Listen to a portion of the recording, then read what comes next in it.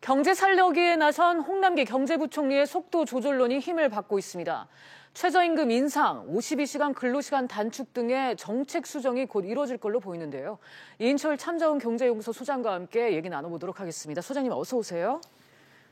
어제 이제 발표된 11월 고용동향부터 짚고 넘어가면요. 이 도소매나 숙박업 등 이제 최저임금의 민간업 업종들의 일자리 감소가 확실히 두드러졌습니다. 그리고 여기에 이제 제조업 일자리도 9만 개가 사라졌고요. 이거 상당히 심각하다고 봐야겠죠. 그렇습니다. 이제 전반적으로 보면 신규 취업자가 이제 5개월 만에 두 자릿수 10만 명대를 회복을 하고 있습니다. 16만 명까지 늘어났는데요. 네. 그러나 그 내용을 보게 되면 그다지 썩 좋은 뉴스는 아닙니다. 네.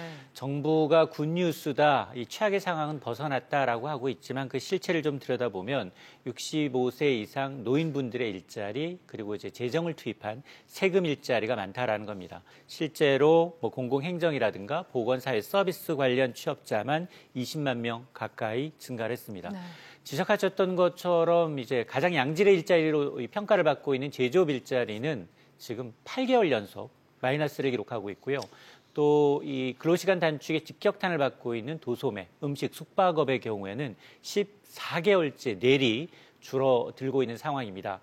자, 지금 이 시점에서 만에 하나 이런 식의 이제 이 일자리, 특히나 이제 재정으로 만든 일자리가 계속해서 늘어나다 보면 통계 착시, 내년에도 취업자 수는 늘어날 수 있습니다. 그러나 이것은 질은 더 악화될 수밖에 없기 때문에 이 기저 효과를 경기가 나아졌다, 고용이 좋아졌다라고 얘기하기에는 좀 어려운 상황입니다. 네, 방금 소장님도 말씀을 해주셨는데 세금이 투입된 공공부문의 일자리는 지난달에 20만 명이 늘었는데 전체적으로 봤을 때는 16만 명만 늘었으니까 결국은 이 공공부문을 제외했을 때는 마이너스란 얘기입니다. 정부도 지금까지 이제 집요하게 고집했던 최저임금 문제에서 한 발짝 물러선 모양인데 이제 조금 문 대통령도 속도 조절을 직접 언급하고 나섰고요. 문재인 대통령이 이제 처음으로 현 정부의 아킬레스건이라고 하는 이 최저임금과 관련해서 속도 조절론을 언급을 했습니다. 네. 어제 홍남기 신임 경제부총리가 청와대에서 첫 업무 보고가 있었습니다. 이 자리에서 이 최저임금이 급격한 인상을 막을 방안을 좀 마련하겠다. 내년 1분기까지입니다. 그러면서 이 최저임금 이 인상으로 인한 이제 이 갈등이 1기 경제팀에 있었죠. 그리고 2기 경제팀 역시 좀 이 심과 부작용이 심화될 것을 우려해서 문 대통령이 이런 이제 신임 부총리의 의견을 좀 받아들인 것으로 보이는데요.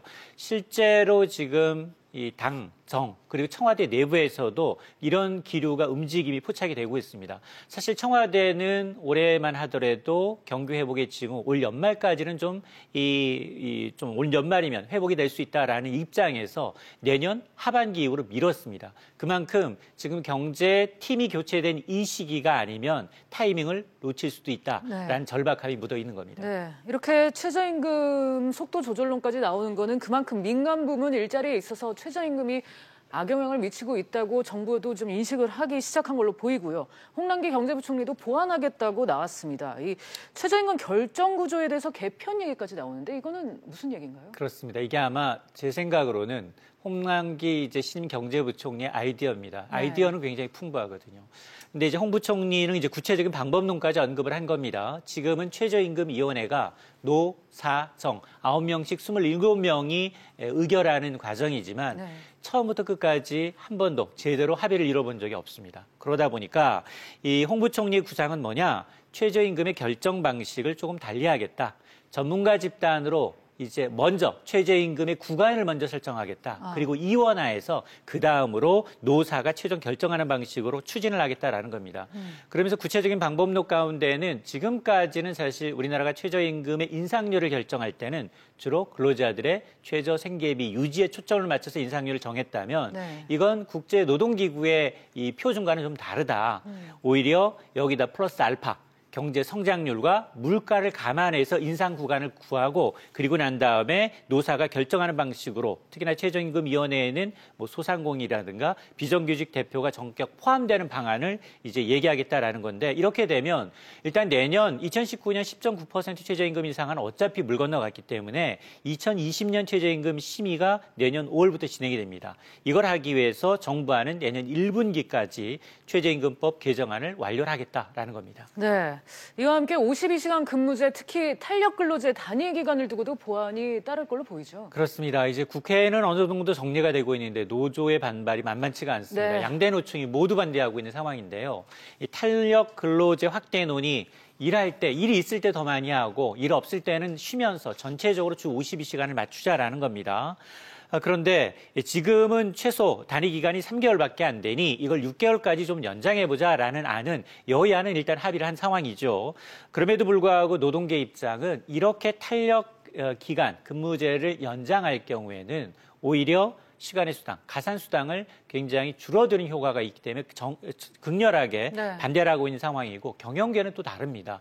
6개월도 부족하다. 우리 1년으로 탄력 근로제를 더 확대해달라라고 하고 있는 상황인데요. 어차피 노사정의 연내 입법은 무산이 됐습니다. 네. 결국 이제 경제사회노동위원회로 이 공이 넘어간 상황인데 빨라야 내년 2월 임시국회에서 재논의 될 것으로 보입니다. 그렇군요. 그런데 앞서 소장님도 말씀하셨다시피 그 과정은 순탄하지 않을 것 같은데요. 맞습니다. 지금 사실 근로시간 단축뿐만이 아니라 이제 최저임금 인상을 둘러싸고 노사, 특히나 현 정부의 든든한 이 후원군이라고 노동계가 강하게 반발하고 있습니다.